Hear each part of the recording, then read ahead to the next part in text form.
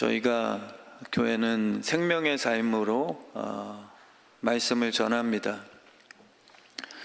그래서 저는 돌잔치, 결혼식 주례 예배, 신방 예배, 그날 하나님이 주신 말씀이라 생각하고 그렇게 본문 정해서 이렇게 말씀을 전하기로 하나님과 그렇게 약속하고, 어려운 본문이 나와도 성경 말씀이니까 성령님이 쓰신 것이므로 무릎으로 기도하고 묵상하면 다 그때마다 놀랍게 말씀을 이렇게 주셨습니다.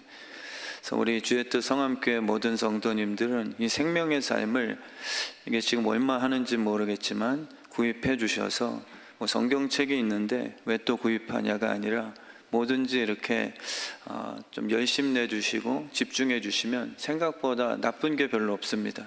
그래서 기록해 주시고 흔적을 남겨주시고, 자녀들이 나중에 우리 부모님이 묵상하며 끄적이셨던 이 묵상의 흔적들이 또 나중 되면 굉장한 유산 될 수도 있고 그게 영광스러울 수도 있는 것입니다. 그래서 때마다 놀랍게 말씀을 주시거든요. 그래서 그 정지용 전도사님이 본인 결혼식 때 본문이 무엇인가 궁금해서 먼저 찾아봤대요. 근데 목사님 좀 난처합니다. 음료를 가까이 하지 말라, 그 내용입니다. 그래서 제가 주신 말씀 맞나 보지 이렇게. 그래서 목사님이 어떻게 주례 설교를 하실지 참 궁금합니다 라고 이렇게 얘기하더라고요. 근데 이 말씀은 다 일맥상통하죠. 표현은 다르고 굉장히 방대하지만 하나님의 마음이십니다. 그래서 우리 교회가 이 성경책을 진리의 말씀으로 믿는 것으로부터 힘이 생깁니다. 이게 신께서 실제 기록하신 진리의 말씀이다. 왜냐하면 자유주의 신학자들은 실제 이거를 하나님은 믿지만 예수님도 믿고 성경은 연애 편지다. 그래서 비유가 많고 실제 아닌 것도 그 사람을 향해 마음을 표현하다 보면 좀 거짓은 아니지만 없는 이야기도 지어내서 표현하는 게 목적이다 라고 하는 똑똑한 신학자들도 생각보다 많이 있습니다. 근데 우리는 이 성경이 하나님이 직접 우리에게 주신 진리 말씀임을 믿고 지키는 데 힘을 얻는 거죠. 순종을 하라고 주신 명령체계임을 우리는 믿게 됩니다. 그게 지혜죠. 그래서 성경이 말하는 어리석음이란 단순히 공부 못하는 그런 머리를 의미하지 않습니다. 우리 자녀들에게 너 왜 이렇게 어리석냐? 너는 왜 이렇게 돈 버는데 어리석어? 어디 내놓으면 재구실 하겠냐? 왜 이렇게 공부 못해? 세상이 만들어 놓은 시스템에 그 자리에 오르지 못하면 우리는 어리석다 이렇게 표현합니다. 근데 성경은 또 다르게 해석을 하죠. 하나님의 뜻을 이해하지 못하는 분별력이 없는 상태를 어리석다 말씀하십니다. 인본주의의 위험성은 하나님의 뜻과는 완전히 달라도 사람들에게는 지혜롭게 들리는 속이는 내용입니다. 그래서 어리석은 자가 멍청한 사람이 아니라 하나님의 뜻과 반대되는 것을 더 설득력이 있는 세상의 인본주의입니다. 진화론도 마찬가지고요. 그 공부한 분들의 얘기 들어보면 그냥 멍청하지 않습니다. 우리는 그들을 향해서 어리석다 하죠. 왜냐하면 결과가 뻔한데, 왜냐하면 우리 하나님을 믿으니까. 하나님께서 절대 권위자이시기 때문에 창조론이 맞다라고 우리는 이미 믿기 때문에 그들의 굉장한 지식의 실력에도 결과적으로는 어리석다라고 얘기할 수 있는 것이죠. 사단도 굉장히 똑똑합니다. 절대 멍청하지 않습니다. 만만하게 볼 상대가 아니죠. 사는 동안에 마귀가 우리에게 유혹하면 그 명분이 어처구니 없지도 않습니다. 선악과를 따먹으라는 마귀의 그 똑똑한 제안이 아담과 하와에게도 통한 것을 보면 충분히 그럴 수 있는 것이죠. 그러나 어리석습니다. 어리석은 이유가 하나님의 뜻에 항상 불순종하기 때문이죠. 어리석음은 순종이냐 불순종에 관계합니다. 똑똑하냐 돈을 많이 벌었냐와 상관이 없습니다. 어리석음은 하나님의 뜻대로 살고 싶으냐를 묻게 되는 거죠. 어리석음이란 IQ 문제가 아니라 그래서 관계의 문제입니다. 어리석음은 하나님 뜻이 싫은 내 마음의 죄성이에요. 그게 바로 어리석다. 아버지보다 똑똑한 자녀라고 해서 우린 점수 줄 수 없습니다. 아버지를 미워하는 그 자녀가 어리석은 거예요. 성경은 그렇게 표현해요. 아버지가 더 멍청할 수 있고 자녀가 더 공부 잘할 수 있죠. 그러나 성경은 무엇이라 하면 부모를 공경하라는 다른 차원입니다. 그래서 지혜는 무엇이냐 하면 내 똑똑함으로 부모를 무시하는 것이 아니라 하나님의 말씀으로 옳고 그름이 아니라 말씀대로 순종하는 그러한 겸손한 자세죠. 그래서 많은 경우에 어리석으면서 스스로 지혜 있다 체하는 이들이 굉장히 많이 섞여 있습니다. 그래서 아버지가 미워서 늘 아버지의 뜻에 반대하는 자녀의 마음 상태가 바로 어리석음이죠. 아버지는 둘째 탕자를 살리고자 하는 지혜였고요. 첫째 아들은 굉장히 율법에 밝은 그런 성경 지식층이었습니다. 그러나 아버지의 마음을 모르죠. 이것이 다 너의 것이었다라고 하는 아버지의 중심. 관계적으로 헤아리지 못하니 결국은 어리석은 맏형이 되고 만 것입니다. 그래서 마귀는 하나님을 미워합니다. 미움은 그래서 어리석음을 만들어내죠. 미워하면 결과는 복수니까요. 교회 안에 사랑이 없이 똑똑한 교육자 장로님들이 리더십을 맡게 되면요, 누군가는 죽습니다. 멍청해서가 아니라 똑똑해지고자 하는 이유가 내가 싫어하는 상대를 넘어뜨리기 위한 그러한 꾀가 되는 것이죠. 그래서 미움은 정죄가 일어나고요, 지혜롭지 못합니다. 지혜는 생명이죠. 그래서 사랑은 그래서 지혜롭게 만듭니다. 공부를 자식 때보다 못한 우리 어머니들이 지혜가 더 있으시잖아요. 그 어머니들의 지혜는 자녀 사랑으로부터 놀라운 힘을 발휘케 하십니다. 왜냐하면 사랑은 그 대상이 행복해졌으면 하는 마음이 가득 차기 때문이죠. 그래서 그 사랑하는 사람을 행복하게 해주기 위한 부모로서의 선택이 지혜입니다. 내가 똑똑한 것에 대한 증명이 아니라 그를 보호하기 위한 부모님들의 선택이 되는 거죠. 그게 하나님이 우리에게 말씀하시는 지혜예요. 그래서 마귀는 하나님을 미워하기 때문에 더 똑똑해지려고, 더 영악해지려고 하는 것입니다. 그래서 하나님을 사랑치 못한 세상의 부호들과 권력층과 힘이 있는 자들, 지식층들이 오히려 진정한 어리석음을 깨닫지 못하고 그들은 하나님을 효과적으로 반대하는 데 쓰임을 받게 되는 것이에요. 그래서 어리석음이란 죄의 문제입니다. 그냥 실수의 문제가 아니라 존재적인 죄죠. 어리석음은 하나님을 미워하고자 하는 죄성이에요. 하나님의 뜻이 거부하고 싶어하는 나의 불만족과 불순종의 본질이죠. 그래서 우리는 따지고 싶어하는 똑똑함, 이게 우리는 인본주의입니다. 그러나 성경은 그것을 향해서 어리석다라고 표현합니다.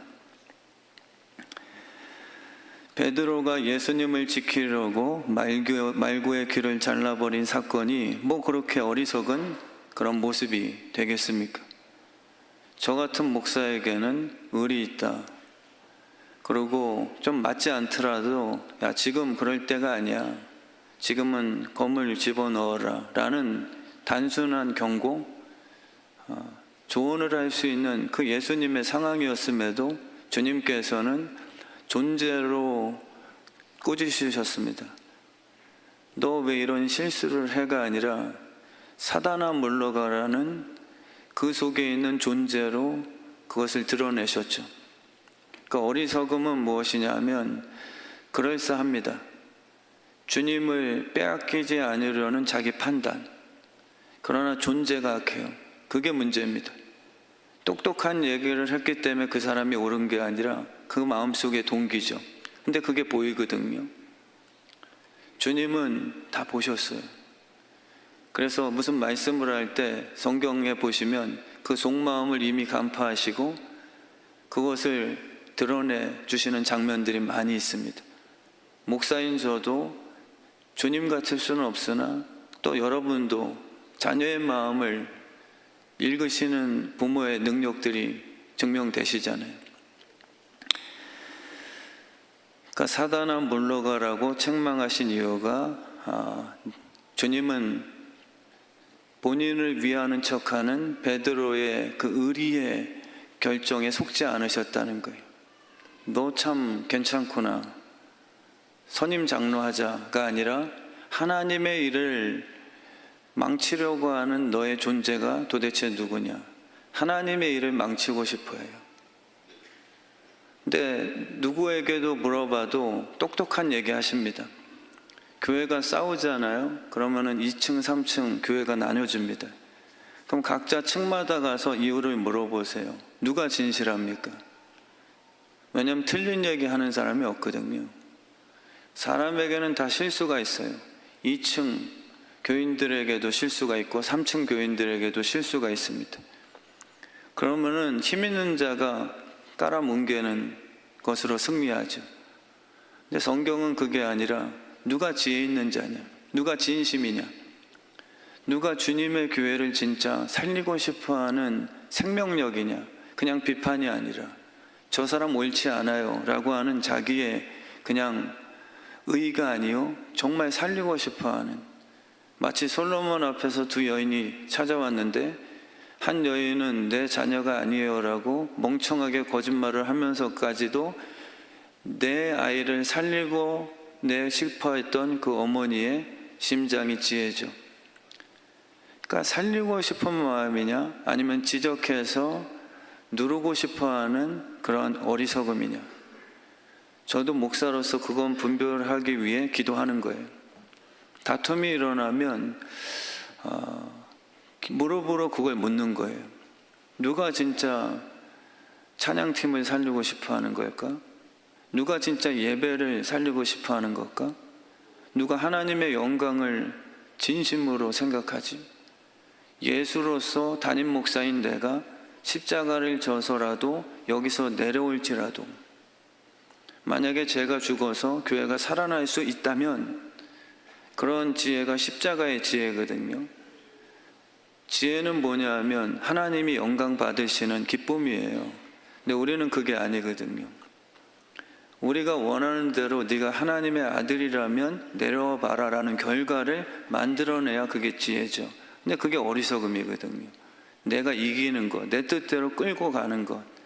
그러니까 우리에게 진정 물어보셔야 될 것들이 내가 지혜자냐, 그리고 내가 지금 혈길 부리며 주장하는 그 동기가 진짜 예배를 살리고자 하는 것일까? 아니면 눈에 거슬리는 것일까?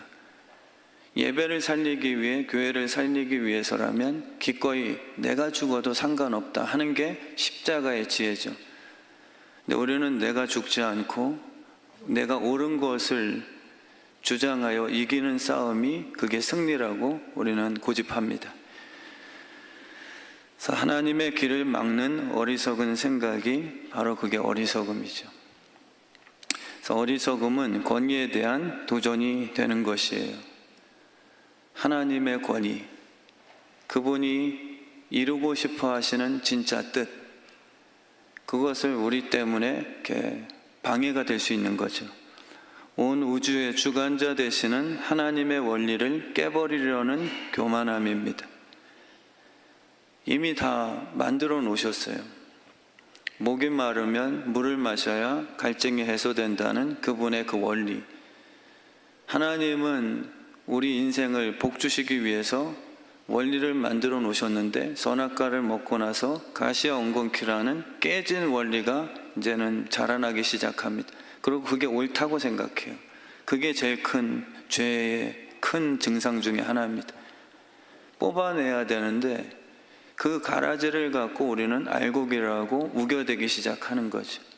그러니까 하나님이 인정치 아니하는 것을 갖고서 우리는 붙들고서 그게 어두운 줄도 모르고 깨닫지 못하는 그 상태, 그게 바로 어리석음입니다.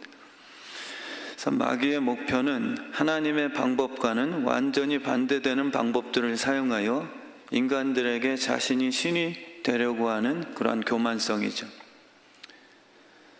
그래서 하나님의 방법과 완전 반대되는 원리들을 한번 기억해내 보세요. 오른밤 맞으면 왼밤을 돌려대는 것이 우리의 열심과 목표가 되셨습니까?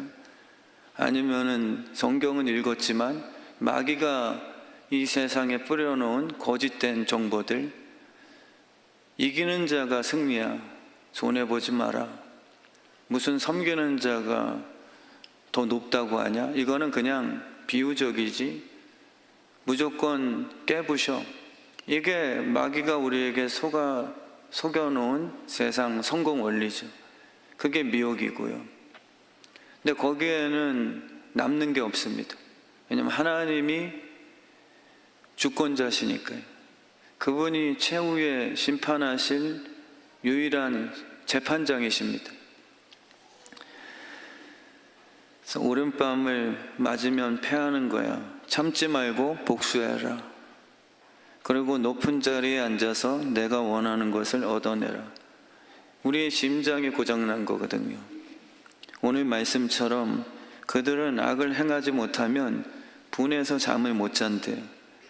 그게 아주 악독하고 비참한 죄 때문에 생겨난 증상 중에 하나입니다. 열받는 거죠. 사람을 넘어뜨리지 못하면 잠이 오지 않아요. 난 맞고는 못 산다. 저도 그런 기질이 있거든요. 생김새만 보시고는 안 믿겨지시죠. 근데 끈질긴 데가 있습니다. 그게 죄 때문에 파괴된 심장이에요. 워낙은 남 때리고 잠들기 전 왜 그랬지? 라고 거룩한 후회를 갖는 게 주님 주신 선한 양심이에요. 근데 거꾸로 되는 거죠. 아, 도저히 생각할수록 열받네. 누가 안 가르쳐 줬는데 우리 죄성이 그 증상을 막 나타냅니다. 복수하라고, 그리고 째려보라고, 웃어주지 마. 인사를 먼저 해도 3번까지는 절대 먼저 받지 마. 버릇 고쳐놓고 관계 맺자.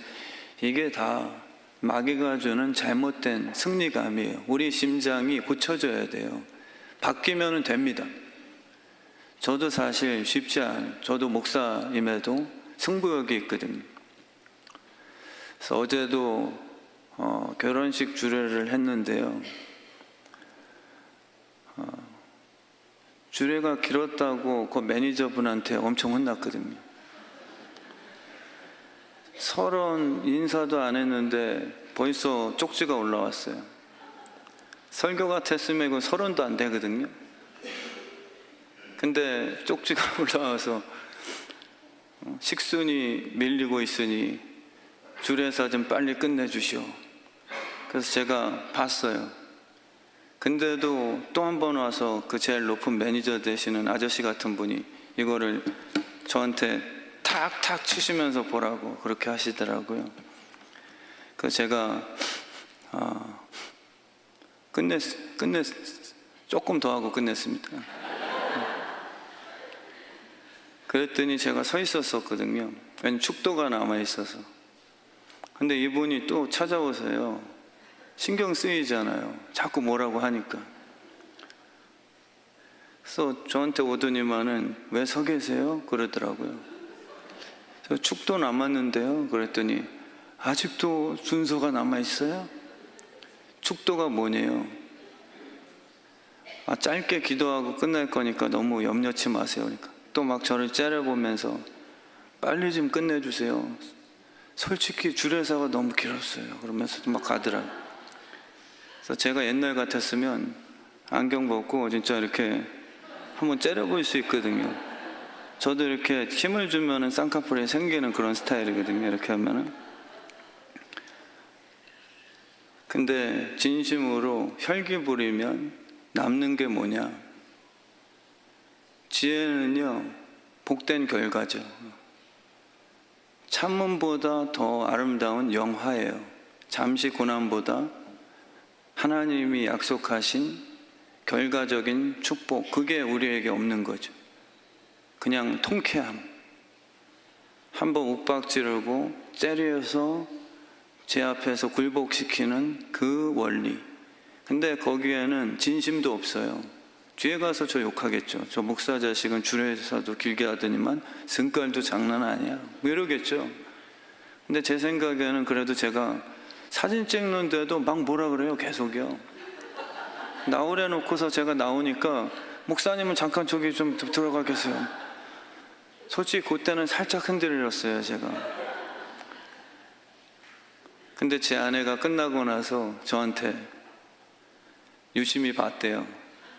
제 아내는 제 잠재된 짐승의 그 혈기를 이미 알고 있으니까 너무 잘했대요. 저 칭찬받았거든요. 근데 그게 결과적으로는 평안함이에요. 하나님이 뜻대로 하면은 잠시 좁은 길이 맞아요. 그 제가 좀 바뀐 거는 옛날 같으면은 그런 상황에 저도 한마디 하거든요. 불러놓고서 뭐 이렇게 우리가 다 돈 내고 하신가 뭐 이런 식의 논리가 있죠. 근데 지금은 순종이에요.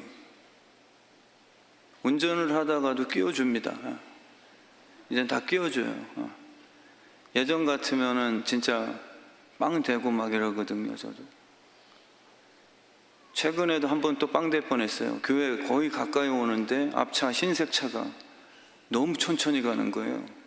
저는 교회 좀 빨리 가야 되는데 설마 교회에 들어가는 차인 줄 몰랐죠, 제가.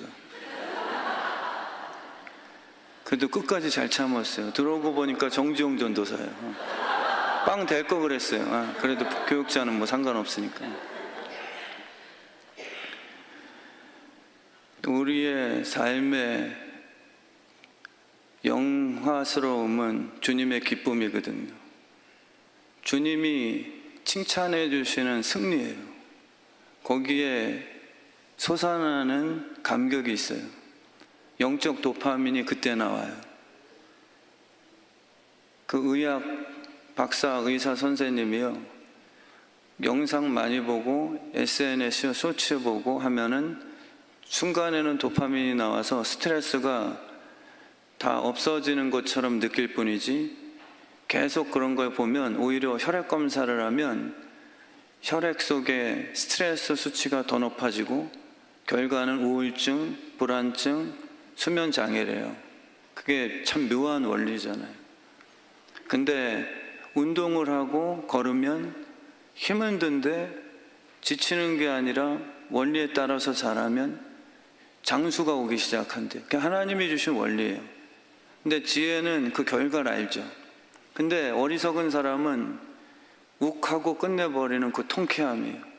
마약하고 순간만 기쁘면 된다는, 미래가 없죠. 그러니까 우리 하나님께서 그 지혜를 우리에게 깨달으라 라고 말씀을 해주시는 겁니다. 반칙을 해서 얻은 꼴은 곧 VR을 통해서 무효 처리가 될 거거든요. 주여 주여 해봤자 반칙한 자들은 선지자 노릇했어도 나는 그거 도저히 인정 안 할 거다라는 게 우리에게 주신 말씀이에요. 예수는 그런 식으로 경기 치르지 않아. 예수의 방식이 아니면 나는 다 무효 처리다. 그거는 탈락이요 지옥이다. 심각하게 우리가 들어야 될 소리죠. 이번에 중국이나 우크라이나나 상대편 선수의 발목을 끈질러서라도 꼬리 넣는 거는 영적인 경주 안에서는 그런 일은 발생해서는 안 됩니다. 마귀는 선악과 보약을 먹고 신이 되라고 우리를 계속 조종할 겁니다. 인간이 신이 되는 그 가장 큰 죄성은 악을 기뻐하는 변질이에요. 루시퍼처럼요. 선한 사람이 이기는 드라마를 보고 행복해하는 게 아니라 사이코패스 연쇄 살인마들은 살인마가 잡히는 걸 억울해할걸요. 정상인 사람이 다 사라지고 이 세상이 사이코패스로 다 점점 바뀐다면 마지막 때 그 증상이 나타난대. 성령의 일하심이 멈춰지는 시대에는 다 이제 화인 맞은 양심이니까. 그러면은 지금은 가끔씩 일어나는 뉴스거리지만 좀비처럼 되는 거죠. 그러니까 그들이 많아지면 이제 드라마나 영화는 어떤 식으로 가야 시청률이 높아지냐면 지존파처럼 연쇄 살인마들이 잡히는 걸 결론 지면 안 돼요. 왜냐면 그들은 잡혔을 때 억울하다 했으니까요. 그들은 잡히면은 내가 더 못 죽인 게 한이 됩니다. 그게 어리석은 자들의 강팍한 심장이죠. 근데 그 결과는 너무 비참한 거예요. 그 마지막은 사망이죠. 그 하나님께서 안 도와주십니다. 마귀에게 결정권이 있지 않다는 것을 꼭 기억해 주시면 좋겠어요. 하나님이 최종 결정하실 겁니다. 마귀에게 우리는 속지 말아야 되는 것이죠. 신이란 위치는 말 그대로 절대 권위입니다. 하나님이 절대 권위를 가지신 분이야 라는 것을 믿는 것은요, 우리의 지혜의 시작이 될 거예요. 하나님을 경외하는 것. 성경을 쓰신 분이 바로 절대 권위자 하나님이심을 믿어야 되는 거죠. 어명으로 받는 자세입니다. 이 성경책을 그냥 소설책이 아니라 매일마다 큐티하고 묵상하실 때 하나님의 음성으로 듣고 100% 진리임을 믿어지는 그 마음이 축복이에요. 우리는 이 성경 말씀대로 법대로 지키며 승리해야 진정한 승리자가 될 줄 믿습니다. 지혜란 하나님의 일하시는 방법에 대한 그래서 절대 신뢰가 되는 거죠. 그 신뢰는 사랑 때문에 믿기로 결정한 관계적인 결단입니다. 공포가 아니고요. 나 하나님의 뜻이라면 무조건 나 따를 거야 라는 그 결단이 종교적이지 않다는 것을 주님은 말씀하세요. 그렇게 안 하겠다라고 결심하셨고요. 나는 내 교인들에게, 하나님의 자녀들에게 절대 무서움을 줘서 공포정치로 율법주의화되어서 보상과 안 하면은 채찍, 지옥으로 다시 보낸다는 이런 거는 하지 않을 거다라는 게 복음이에요. 우리 주님께서 우리에게 뭘 원하시냐면요, 하나님의 중심, 그 사랑을 진심으로 깨달아 감격하는 자들이 스스로가 사도 바울처럼 난 종이 될 거야 라고 하는 멋진 로맨스예요. 나 당신의 종으로 살 거예요. 이거는 종의 입장에서 한 말이죠. 그래서 지혜의 근본은 여호와를 경외하는 것이 되는데, 이 경외심은 공포가 아니에요. 율법주의적인 교회 들어가면 목사님들이 공포로 겁을 줘버리죠. 여호와를 경외하는 게 모든 축복의 시작이니까 긴장하세요. 근데 사랑의 시작이라는 것을 주님은 기뻐하세요. 이 경외심은요, 신에 대한 궁금증입니다. 이 경외심은 그냥 단순히 두려움이 아니라 왜 그렇게 하셨지라는 이해가지 아니하는 퀘스천이죠. 그게 경외심이에요. 왜 그렇게까지 할 필요가 있는가에 대한 질문이죠. 그렇게 안 하셔도 괜찮거든요. 나 같은 지렁이 같은 죄인을 그냥 짓밟혀 죽든지, 뭔가 말썽이 있으면 쓸어버리시고 다시 새 아담을 진흙가다 만들으셨으니 또 그렇게 시작하시면 될 것을 굳이 신이 인간이 되어 십자가라는 극한 형벌을 지시어 내 죄 때문에 죽으셨다고? 라는 것을 진지하게 물어보셔야 돼요. 의심을 위한 의심이 아니라 신이 왜 그렇게 하셨냐에 대한 그런 진지한 질문이죠. 왜 그러지? 왜 저 사람이 나한테 잘해주지? 사기칠 수도 있는 거거든요. 그리고 기독교라는 게 이런 신화 같은 스토리를 만들어서 다른 이단처럼 교인들을 감동 주어서 모이게 만드는 종교 중에 하나일 수도 있잖아요. 그렇게 앉아 계신 분들 있을 수도 있고요. 그냥 하나님께 예수께 구하면 복 주신다고 하는 것 외에 거기가 기독교가 아니거든. 그게 지혜가 아니거든. 왜 그 신이 진짜 나 같은 이 한 사람을 위해서 굳이 자기가 인간이 되어 죽기까지 증명을 하신 이유가 뭐지? 라는 것을 물어보는 거지. 진짜 사랑 그 하나 때문이었나? 다른 건 뭐 요구하시는 게 없나? 살려내놓고 앵벌이 시키는 건가? 기독교의 어떠한 파워를 키우시려고 우리를 부르신 건가? 이것에 대해서 질문하는 거예요. 근데 주님께서는 그게 아니라 내가 십자가 진 이유는 진심으로 단 이유 하나밖에 없는 것이 너 사랑 때문이다. 근데 이게 믿어지면 우리의 삶은 180도 바뀝니다. 대통령이 찾아오는 거예요. 저 김철민 목사한테. 왜 갑자기 찾아오셨지? 그러고 저한테 막 돈을 빌려줘요. 또 조폭 같은 사람이 와서 막 쓰라고 얘기를 해줘요. 안 물으시겠어요? 그러고 알아보니까 숨겨둔 제 아빠예요. 드라마처럼. 이유가 없는 거예요. 그냥 너 쓰라고 사랑하기 때문에. 예수의 십자가가 사랑 때문에 그랬다는 것을 아는 것이 지혜의 시작이거든요. 그래서 하나님의 중심에 대한 오해가 이제는 다 없어진 상태예요. 그래야 고난을 해석하기 시작하죠. 우리에게 허락된 이 고통, 하나님이 나 버리신 거 아닐까? 욥의 친구들처럼. 하나님의 아들이라면 십자가 지는 게 아닌데 마귀가 유혹하잖아요. 하나님의 아들이라면, 하나님의 딸이라면 너처럼 그런 사건, 갑자기 암이 생겨? 왜 갑자기 사업이 고난의 길로 접어들었을까? 율법주의에서는 이게 해석이 너 하나님의 아들에서 박탈됐나 보다. 이 답밖에 줄 수 없어요. 근데 복음은 뭐냐면 하나님께서 여러분들을 선택한 그 이유가 진짜 사랑 때문이다라는 걸 붙들고 살라는 거예요. 그러면은 그 아버지는 살려내 놓으시고 살려낸 자녀를 상대하여서 어떻게 하면 또 호적에서 팔까라는 것을 연구하는 괴팍한 아버지가 될 수 없다라는 게 그분의 결심이신 거예요. 그래서 어떤 일을 당해도 나 때문에 죽으신 예수 그리스도께서 나를 재앙 줄 의도는 없으시다라는 게 파워를 만들어내죠. 그리고 주님과 동행하는 것을 선택하게 됩니다. 그리고 울더라도 순종을 각오하게 되죠.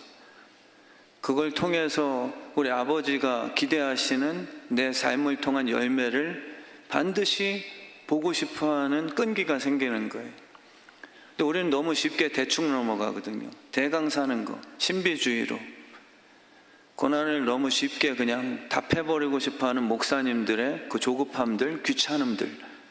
그냥 고난 그러면 이런 묵상이 아니라 뭔가 회개하세요. 10의 1 좀 부족하게 뭐 이런 식으로 간단하게 설명하고 싶어하는 그러한 조급한 충동들. 그래서 지혜는 세월이 흐를수록 살아가는 실력을 키워주게 됩니다. 지혜 있는 분들은 그래서 달라지시는 거예요. 우리 주의 뜻 성암교회 장로님, 권사님들, 목사인 제가 은퇴할 쯤 되면요, 이렇게 살아내는 실력을 다음 세대들에게 지혜자로서 이렇게 상속할 수 있는 그러한 진짜 영적인 어른이 되길 축원합니다.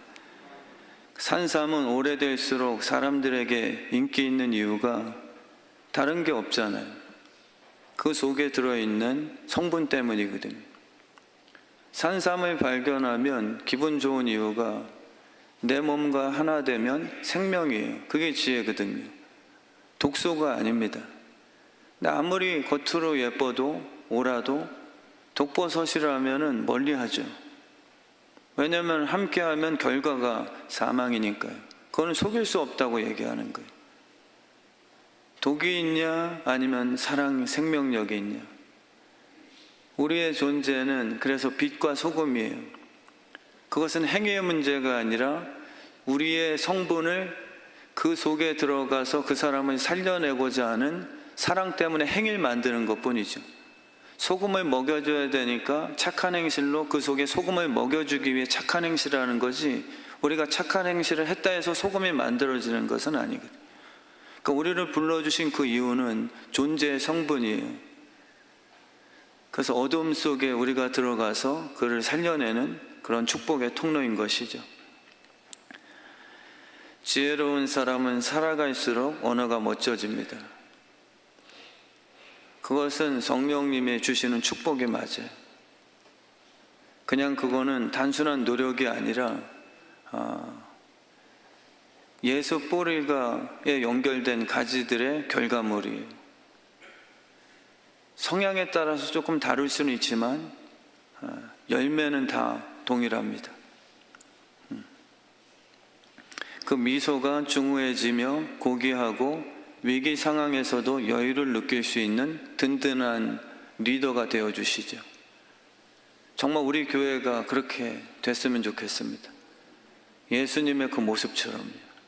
풍랑 속에서도 제자들을 안심시킬 수 있는, 그냥 믿음이 왜 그 모양이냐라고 꾸중함이 결과가 아니었어요. 오병이 앞에서도 뭔가 하나님의 그 일하시는 법을 알고 있었던 그 여유로움이, 그게 이제 지혜의 성숙이죠. 우린 매 순간 어려울 때마다 떠나자, 뒤집어 엎자, 불평하자, 왜 날 버리셨냐, 이제 이걸 넘어설 수 있는 하나님의 일하시는 결과들, 이 주시는 축복들. 그래서 좋은 악기를 만드는 목재는 아름다운 소리를 낼 수 있는 조건을 갖춘 나무입니다. 주님은 그걸 찾으세요. 다른 나무들이 낼 수 없는 깊은 울림이 있는 아름다운 소리를 만들어내는 것이죠. 세월을 통해 만들어진 촘촘한 나이테가 그런 깊이 있는 음을 만들어내는 것입니다. 그 지혜자는 화음을 멋지게 만들어내는 성숙한 어른이세요. 혼자 있는 것이 편하죠. 그러나 화음이라는 것은 독창이 도저히 만들어낼 수 없는 깊이 있고 신비스러운 그러한 아름다운 소리를 완성시킵니다. 나 혼자만 돋보이게 하는 큰 소리가 절대 성공이 아닌 거죠. 그래서 이 공동체가 꼭 필요합니다. 나 혼자서 주님을 잘 섬길 수가 없어요. 왜냐하면 주님은 너희들이 예수가 되라 하시는 거니까. 예수는 이 모임 속에 들어오셔서 화음을 만들어내시는, 생명으로 바꿔내시는 그 사명이시거든요. 함께 부를 때 신비스러운 하나됨을 이뤄내는 지혜로운 조화임을 깨닫게 되죠. 그래서 우리 교회가 그런 행복한 모임이 됐으면 좋겠습니다. 세상보다 못한 부분들이 교회예요. 때로는요. 왜 교회만 오면 밖에 나가시면 예수 믿지 않으니까 우리가 복음 전하다 하시면서 교회 와서는 저 인간한테는 예수가 없어 이러는지 모르겠어요. 그럼 예수가 없다면 그분에게 똑같이 예수 전하시고 여러분들이 예수가 되어 참아주셔야지. 근데 교회에서는 오히려 비판하시면서 이하선서는 주도권 싸움을 하세요.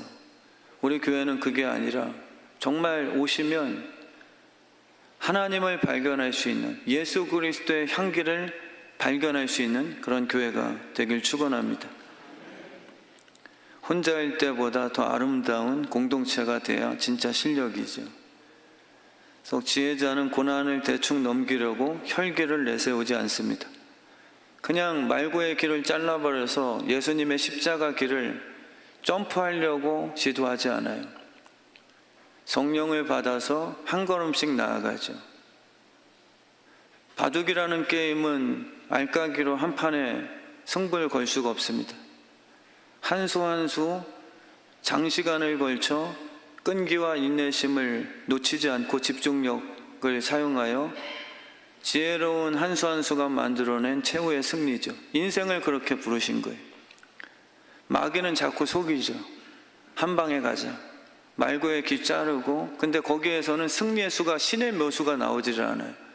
신의 묘수는 어디에 숨어 있냐면 주님께서 힘들었으나 성령 충만함을 받고 하나님께서 명령하신 십자가 위에서 죽고 부활 후에 거기서 죽음 권세를 깨트리는 승리의 묘수가 거기서 나오는 거거든요. 그걸 벗어나리가 자기 십자가를 지지 않으면 부활은 없다. 나를 따라오려거든 이 신의 묘수를 경험하고 싶어하는 자들은 다 동일하다. 예외는 없다라고 말씀을 하세요. 그래서 우리 주의 뜻 성함교회 성도님들이 정말 부활이라는 승리의 함성을 맛볼 수 있는, 주님이 일하실 수 있게끔 우리의 육신을 죽여놔야 돼요. 내가 일하는 것은 내 힘이잖아요. 지혜가 아니라 그건 악인의 꾀가 될 수 있어요. 근데 자기의 육신을 쳐서 죽이는 자는 순종함으로써 그렇게 죽을지라도 주님이 그때부터 일하세요. 주님이 일하시는 걸 경험하십니까? 내가 죽었을 때 끝이라고 우리는 그렇게 생각해서 두렵죠. 주님 말씀대로 오리를 가자 했을 때 심리를 가자는 것은 지칠 것 같죠. 정말 속옷을 달라는데 겉옷 주면 나만 하는 게 있을까? 10의 1이라는 것이 다 손해 아닐까? 주일 성수, 내 뜻대로 일요일 사는 게, 이거를 마귀가 다 혼란스럽게 만들어 놓은 거예요. 지혜는 하나님이 택하신 자녀들에게 복을 주시고자 하시는 극심한 사랑의 마음이세요. 우리 입장에서 지혜다 표현하는 거지, 사실 지혜를 얻으면 하나님이 자녀들에게 온갖 복을 그 원리를 통해서 주고자 하시는 그 열매들이 거기 다 들어있죠. 주님이 일하시게 해야 되는 것, 그게 지혜입니다. 그것을 위해서는 우리가 자기 십자가 지고 죽는 거죠. 내가 때리면 통쾌하지만 거기서는 하나님이 일하시는 화합은 없을 거예요. 아픔이 있고, 그리고 상처가 있고, 분열이 있고, 지옥이 더 확장될 겁니다. 우리 주의 뜻 성함교회가 주님이 진짜 일하시는 복음의 공동체가 되길 진심으로 축원합니다. 하나님 살아계셔서 일하시거든요. 하나님이 일하고 계세요. 우리가 순종 안 했기 때문에, 약속의 하나님이시기 때문에 하나님을 불평할 수 없어요. 우리는 하나님 왜 신실하다면서 응답이 없으세요? 근데 주님께 정말 정직히 물어보세요. 너 내가 약속한 대로 말씀에 순종했어? 나는 신실한 하나님이란 그 뜻은 너희가 그냥 막 구한다고 신비주의가 아니라 말씀대로 순종하여 그 씨가 한 알에 썩어졌을 때 내가 약속대로 열매를 맺어주는 그 원리야. 주님은 그것을 말씀하세요. 그래서 결론을 짓겠습니다. 하나님이 이루고 싶은 기업은 돈 많은 버는 회사가 아니라 자녀들이 하나님의 아들답게 자라나는 모습뿐이죠. 요셉처럼 그 아줌마의 유혹 손길 앞에서도 아버지가 기뻐하시는 거룩함을 선택하는 자녀의 모습을 기뻐하시는 겁니다. 뭔가 큰 일을 이뤄내는 업적이 아니라 하나님의 자녀답게 살아가는 명예스러움을 우리에게 요구하고 계세요. 구원파는 오직 은혜로 애굽에서 출애굽 자격을 얻었다며 기뻐하긴 하죠. 구원파적인 교인들이 많으세요. 우리 드디어 출애굽 됐다. 이제 노예가 아니라 우리는 다 이제 자유자가 됐어. 그러고 어딜 간 줄 아세요? 다시 애굽에 남아 있어요. 시민권 따려고. 이제는 가나안 백성이 아니라 애굽 노예로서가 아니라 애굽 시민 되자. 그러면 여기서 마음껏 죄를 지며 세상적으로 보고되며 살 수 있지 않겠는가? 라고 우리는 광야를 훈련을 통해 통과한 후 가나안의 약속의 땅, 하나님과 함께 사는 백성들이 아니라 구원파는요, 출애굽됐다라고 기뻐하며 애굽에 남아있으며 마음껏 죄를 짓다 성공하고 우리가 출애굽은 됐고 라이센스 땄으니까 하나님께서 때가 되면 심판날에 우리를 한 방에 점프시켜 주셔서 애굽보다 저 좋은 저 가나안이라고 하는 먹고 살기 좋은 땅으로 바로 점프시켜 주실 거야 라고 착각하는 게 구원파예요. 그런 복음은 없습니다. 출애굽이라는 것은 뭐까지 다 포함하냐 하면 여러분과 저를 광야 통과하면서 하나님의 자녀답게 훈련시키는 그 기간이죠. 그래서 우리 주의 뜻 성함교회 모든 성도님들이 모든 지킬 만한 것 중에 더욱 내 마음을 지키라는 그 명령을 오늘 깊이 새겼으면 좋겠어요. 마음을 지키라고 표현하시잖아요. 빼앗긴다는 의미 될 수 있는 거니까요. 마음이 빼앗기면 다 잃어버립니다. 마음이 두 마음으로 갈라지면 갈등이 시작되죠. 돈입니까? 음란입니까? 유흥입니까? 주님은 허용을 안 하셨어요. 두 주인을 함께 섬길 수 없다. 한 주인을 섬김으로 너희에게 필요한 물질은 내가 주게 하라. 너희가 두 마음으로 주인 삼지 마. 이게 우리를 향한 경고세요. 마음을 빼앗기지 말라는 거죠. 마귀는 지금 계속 만들어냅니다. 우리의 마음을 빼앗기는 우상이 뭐냐? 탐심이다. 우리의 육신의 탐심. 돈입니까? 자녀입니까? 저에게 목회가 될 수도 있고요.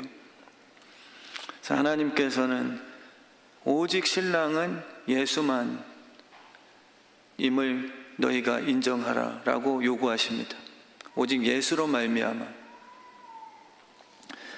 그래서 힘을 이용해서 사람들을 내 편 만드는 것은 지혜자의 모습이 아닙니다. 우리 교회가 진짜 지혜와 사랑으로 서로가 예수 안에 하나 되는 공동체 됐으면 좋겠어요.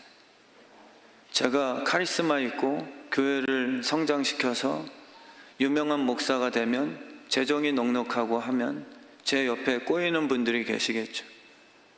제 성향이 그렇다면 진짜 사랑은 아닌데 저 장로님의 은사가 굉장히 내 목회에 도움이 되니까 저분은 이용해 먹자라는 게 왜 불가능합니까? 가능하겠죠, 교회도요. 근데 그건 지혜가 아니라 악인의 꾀예요.